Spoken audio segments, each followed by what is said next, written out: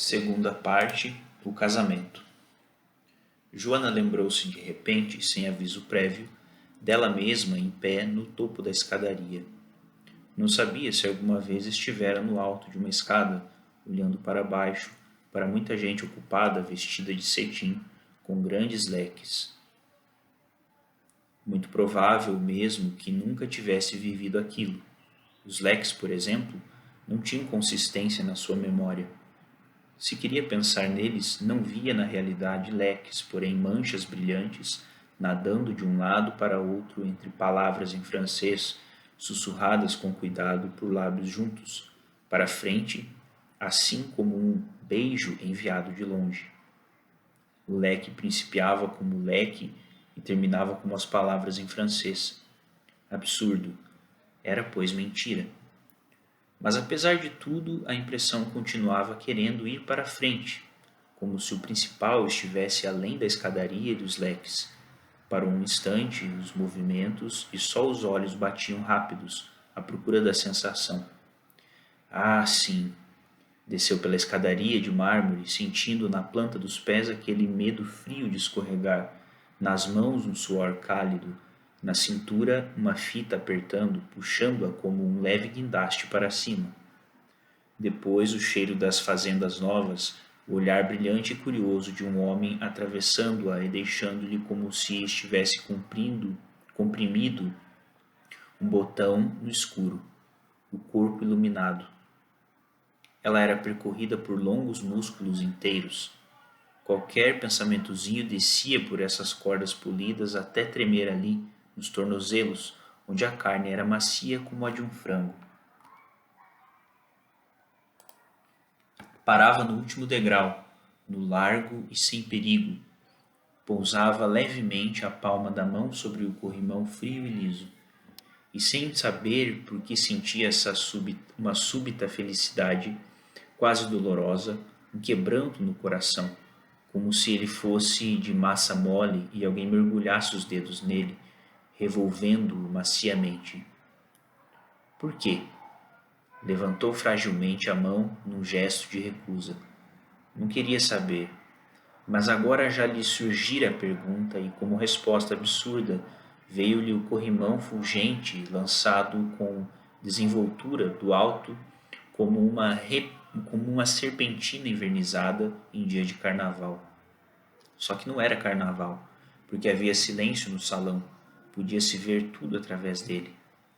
Os reflexos úmidos das lâmpadas sobre os espelhos, os broches das damas e as fivelas dos cintos dos homens comunicando-se a intervalos com o lustre, por delgados raios de luz. Cada vez mais entendia o ambiente. Entre os homens e as mulheres não havia espaços duros, tudo se misturava molemente. De algum aquecedor invisível subia um vapor úmido e emocionante. De novo, o coração lhe doeu levemente e ela sorriu, o nariz franzido, a respiração fraca. Houve uma pequena pausa de repouso. Foi recuperando aos poucos, apesar de seu esforço em contrário, a realidade, novamente o corpo insensível, opaco e forte como uma coisa viva há muito tempo. Enxergou o quarto, as cortinas acenando irônicas, a cama obstinadamente imóvel, inútil. Tentou inquieta transpor-se para o topo da escadaria, descê-la novamente. Enxergou-se caminhando, mas não sentiu mais as pernas trêmulas, nem o suor nas mãos. Então viu que esgotara a lembrança. Ficou ainda à espera, junto da estante de livros, onde fora buscar o quê? Franziu a testa sem muito interesse. O quê? Procurou achar engraçada aquela impressão de que no centro da testa existia agora um buraco no lugar de onde tinham extraído a ideia do que fora buscar. Inclinou-se pela porta e perguntou alto, os olhos fechados. — Que é que você queria, Otávio? — O de direito público, disse ele antes que prestasse de novo atenção ao caderno. Lançou-lhe um rápido olhar surpreso. Levou-lhe o livro, ausente, os movimentos vagarosos. Ele esperou-o com a mão estendida, sem levantar a cabeça.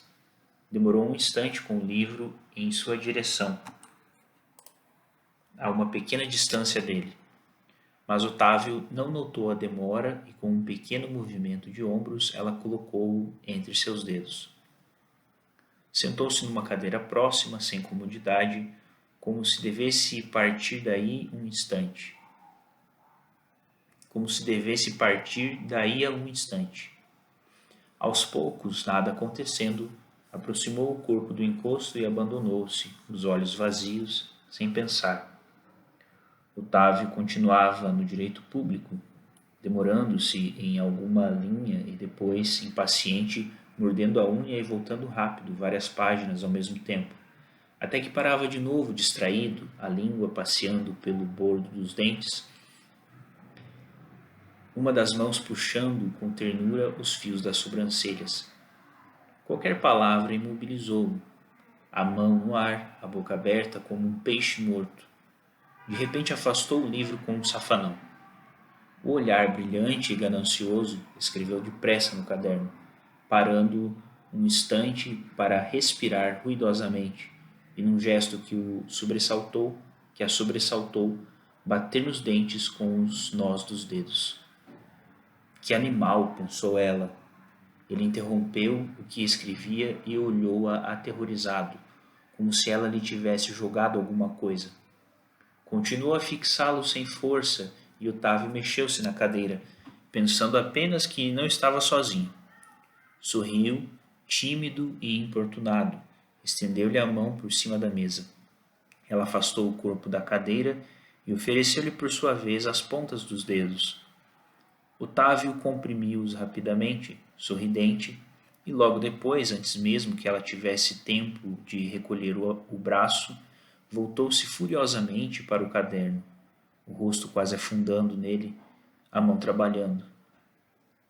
Era ele quem estava sentindo agora, pensou Joana, e de repente, talvez de inveja, sem nenhum pensamento, odiou-o com uma força tão bruta que suas mãos se fecharam sobre os braços da poltrona e seus dentes se cerraram.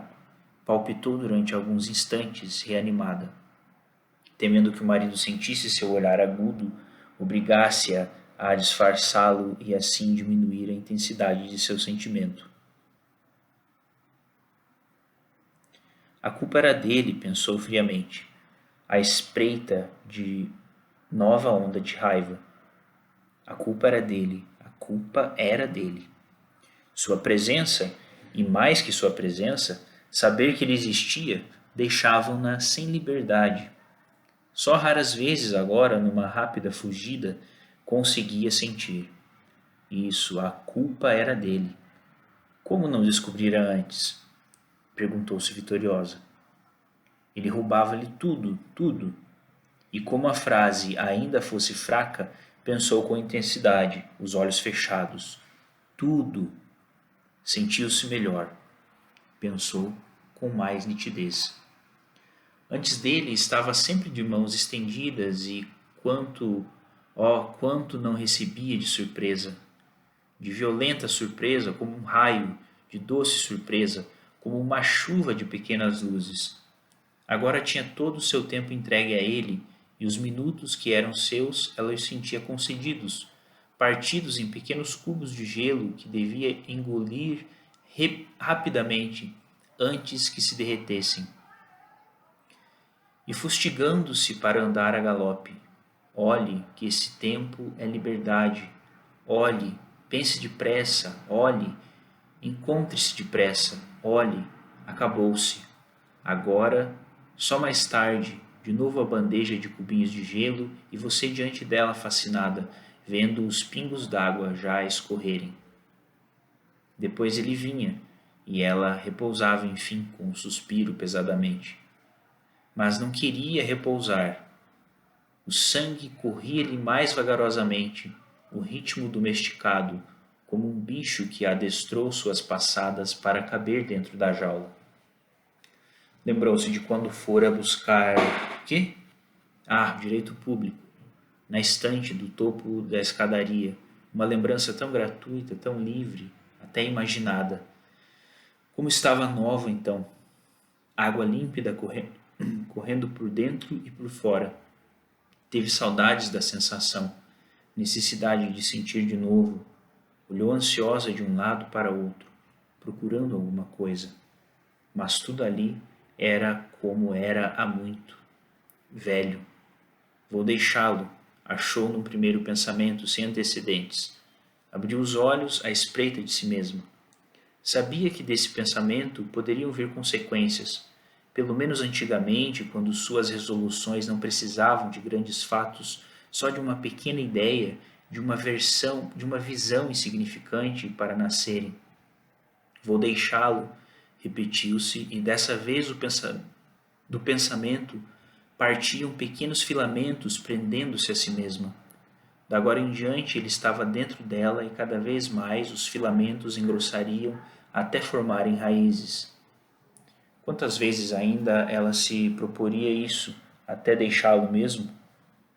Cansou-se previamente das pequenas lutas que ainda teria, revoltando-se e cedendo em seguida, até o fim.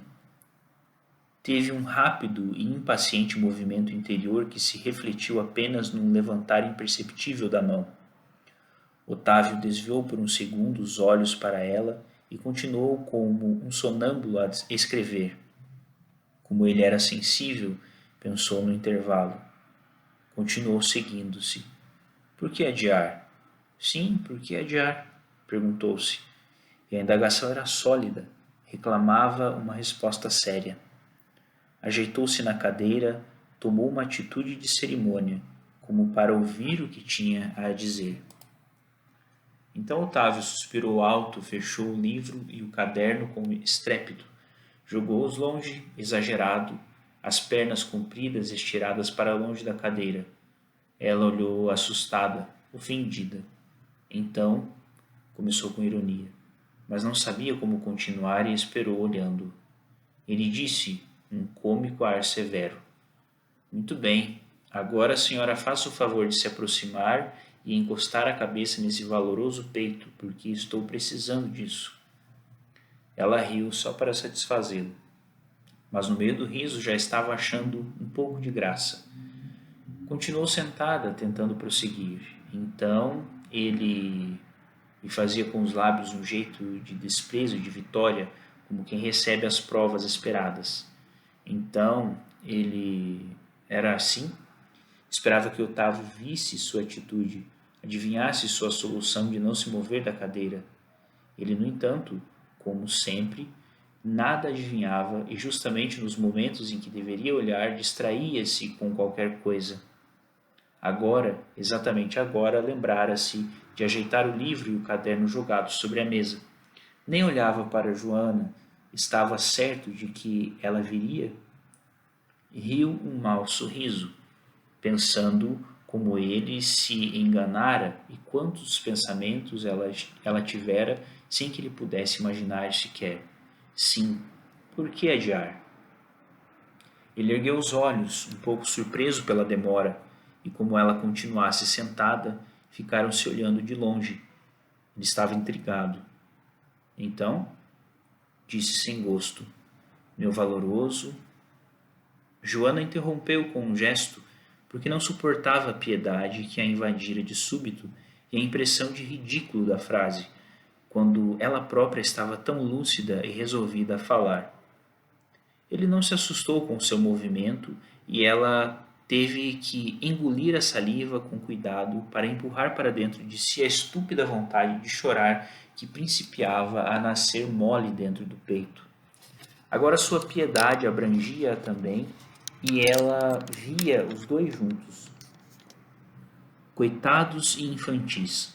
Os dois iam morrer, esse mesmo homem que batera com os dedos nos dentes num movimento tão vivo.